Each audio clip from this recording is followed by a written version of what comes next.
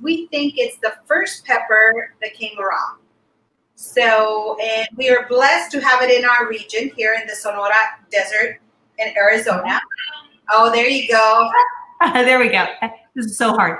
I have some here, but with TV, it's just, I have some here for our salsa. So it's a very spicy pepper, but a lot of flavor. And it has a very smoky flavor to it, and it's a natural smokiness because it's a sun-dried chiltepin. So the smokiness comes natural to that as it dries in the sun. And it dries usually between, and it has to be very specific. It's about a day and a half, because if you leave it more than that, it gets burned. It gets black. Wow. Yes, totally. I was surprised when I saw that. And I was talking to the gentlemen that are doing the dry and the timing and everything. And you're thinking sun dry, we'll pick it up tomorrow. No, it's very specific timing, and they're watching it as a dry. So it's very important that it's right on the dot of when you sun dry them. Interesting. I have to say, I love smoky. It's like the flavor profile is like my favorite. And I love these peppers because of that. They are so delicious in everything. I just love them. And we're going to make, so Gloria's going to show us how to make a salsa here today with them. And we're going to talk about the really wonderful sea salt with the chiltepin in it, which goes on, well, everything. I put on my scrambled eggs in the morning, pretty much every morning. I love it. I really need to use it. Hard-boiled eggs, I'll put it on there. I got some, actually, we're going to make some crusted glass for michelada and for margaritas today. Perfect. And I will make that along with you. Shall we start with our cocktail since it's happy hour? Mm-hmm. Let's do that. All right. Okay. We're going to put some lime on the rim. Okay, lime on the rim. I'm going to do 2 here. And I have a little plate here with our sea salt. I don't know if you guys can see it there. It's our sea salt with chiltepin. And this is probably about a medium spice on the sea salt. You probably want to try it first. It depends on your level of heat that you can handle. So make sure you try it with your finger. Try it a little bit, and we go from there. So we have our crusted glasses here already. I'm going camping style here, and I just put it in my hand. There you go. I like my glasses so you can see the rim with the sea salt. It's one of them. All righty. There we go. Oh, there we go. I didn't do the best job, but it'll work. It's there. It's got a really nice heat to it, but not blow you away, but like a beautiful heat. And what I love about it too, it's a heat that lingers a little bit.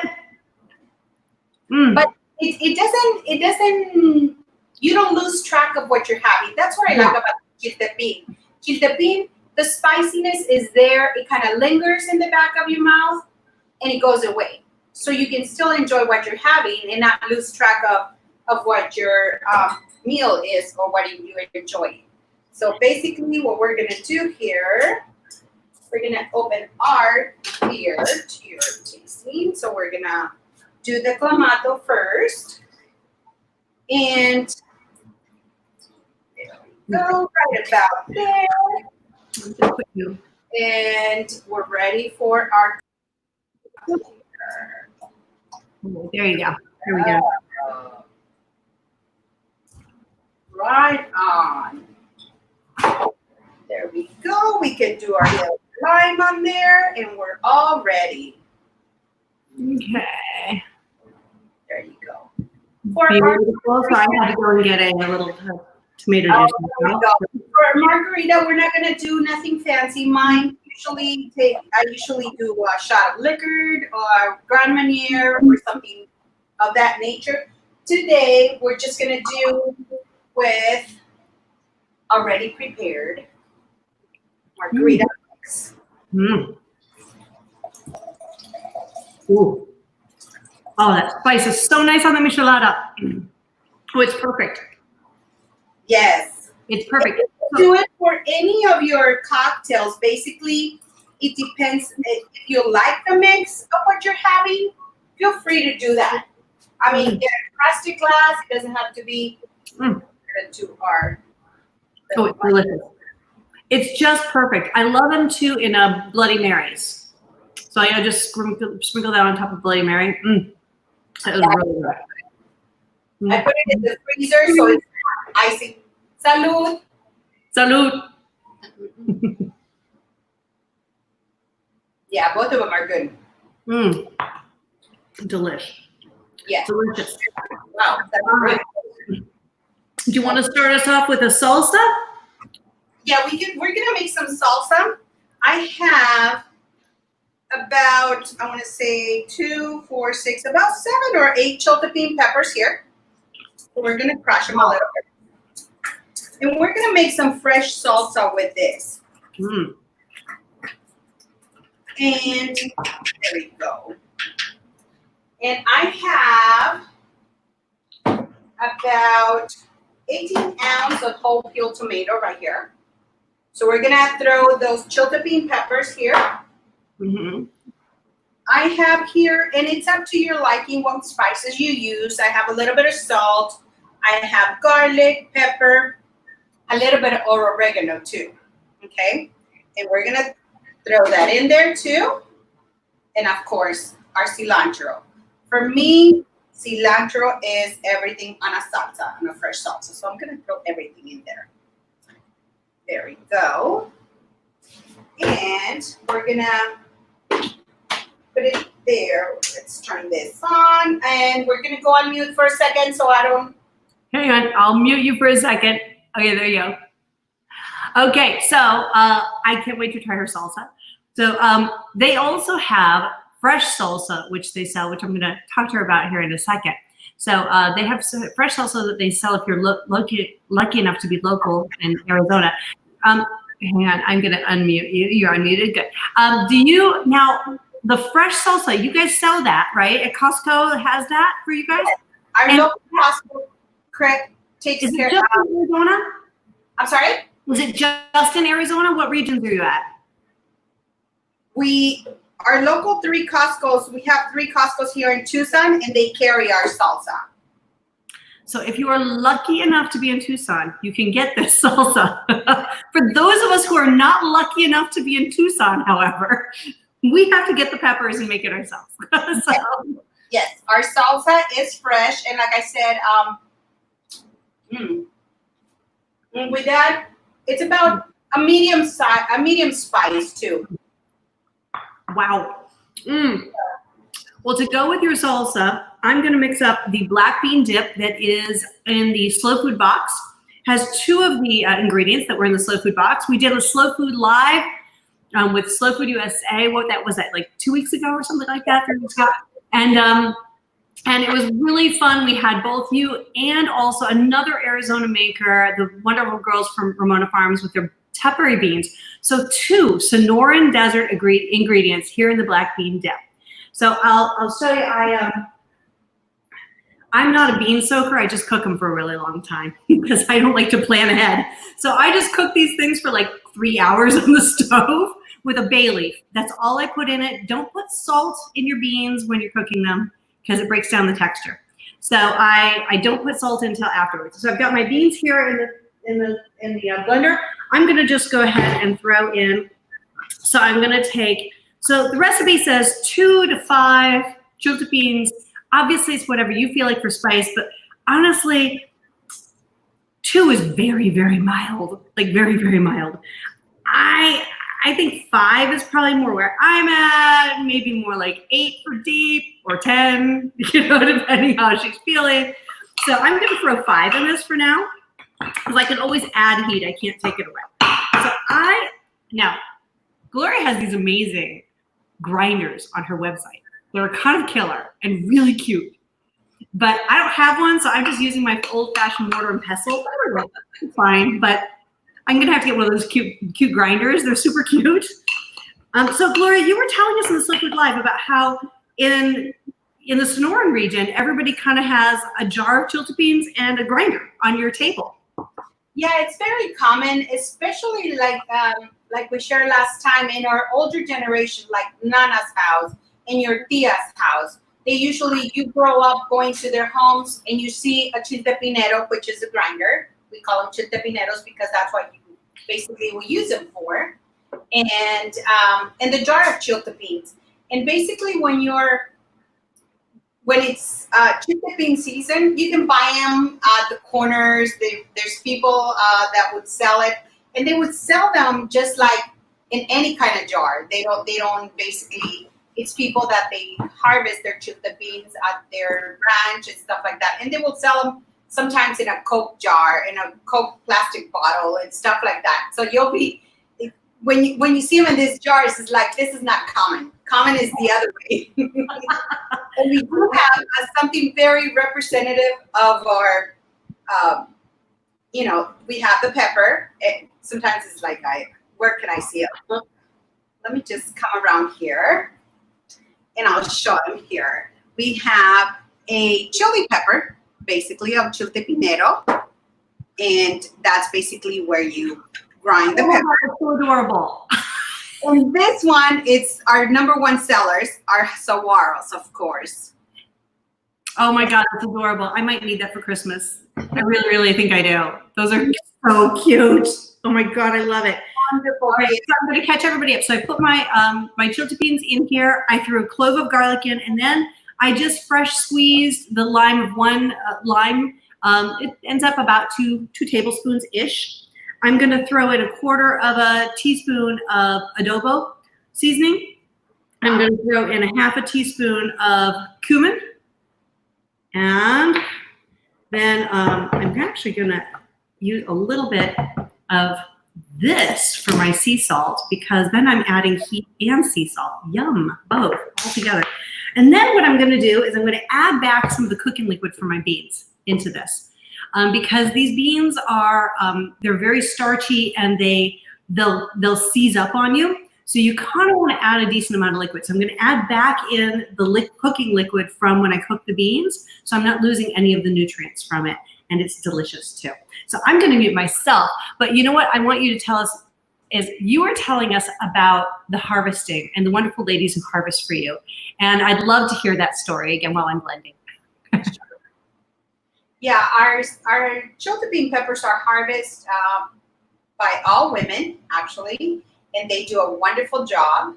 It's a very interesting process, and it's a wonderful project that we're doing with the harvesting of the Chiltepins. We have probably by this October or September, our new harvest is going to come down, and it's going to be all organic. We're shooting for that. Let's make sure everything comes out and we go that route. It's been kind of a process, but we're looking forward to have organic on all of our products, Chiltepin peppers. And like I said, our Chiltepineros, you can find them on our website. We have our Chiltepines, the whole Chiltepin. We have them ground also. And the start of the day is our grind, sea salt and Chiltepin. Yes, so fabulous. We have the sea salt and Chiltepin on our website as well. And we'll probably be adding those the Chiltepins soon too.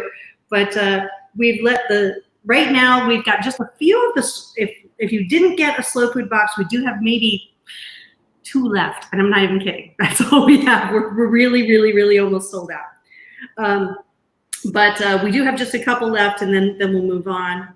But it's a nice, what you get in the slow food box is a nice size. It's actually quite a lot to be able to play with and do several things. You know, you can try the black bean dip and salsas and throw in a whole bunch of things so you can really try it on, which is a nice size. So I've got my black bean dip here. Oops, there we go.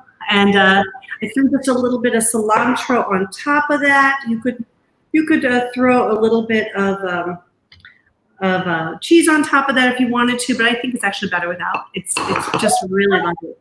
One of the things that I wanted to share with you guys is that usually our Chiltepins, They do really, really good in the fridge. Where it's, they don't. I put them actually in the freezer, but if you put them in the fridge, they'll do fine. When you keep them in the freezer, they don't lose color. Oh, So that's interesting. yes, when you bring them out to the table, if you're having any kind of soup, you're having your menudo or you're having your beans, they come out really red and beautiful. You put them on your table, so it's a good thing to know. Mm-hmm. Oh, that is really good to know. I didn't have any idea. I've never stored dried chilies that way. Oh yeah.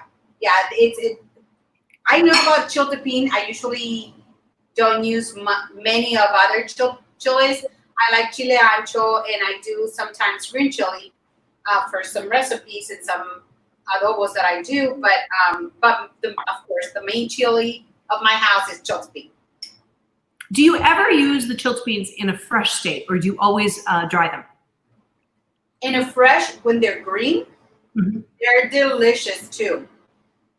We don't use them green. You can pickle them, and they have a totally different flavor. They're totally different flavor. I don't know how to explain it to you, but they're fresh. It's a little bit spicier, hotter, I should say, and but I have tried them pickled, and it's very common that you go down the road, especially through all these small towns where they harvest them, and you'll find like farmers markets along the road with pickled green Chiltepins. Oh, interesting. Very Do they have the smoky flavor to them, or do they lack that?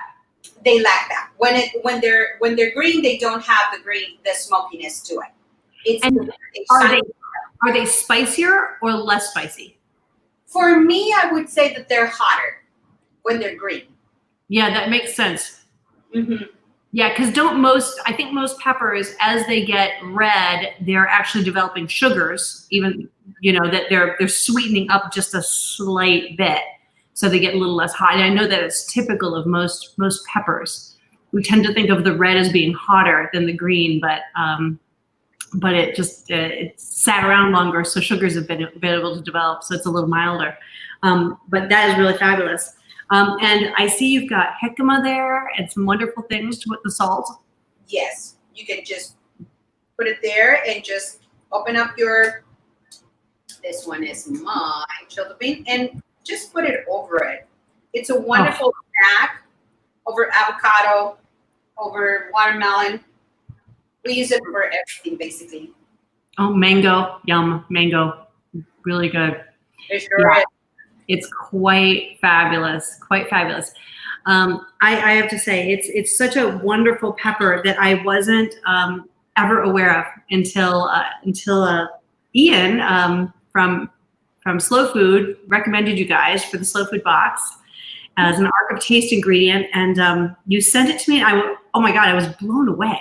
The flavor is so amazing. It really is a very different flavor that I've ever had in another pepper. That smokiness, without it being smoked, is really incredible, because it's distinctive. It's a very distinctive flavor to this pepper. And yes, it's quite spicy. It's got quite a lot of heat to it.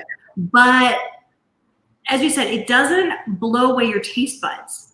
It's got a wonderful heat that works well with food. I mean, there's a lot of spice and chilies that I feel like kind of end up blowing you away, and then you don't taste any of the food. And this doesn't. This, I think, pairs very, very well with food. I'm kind of dying to try some other stuff.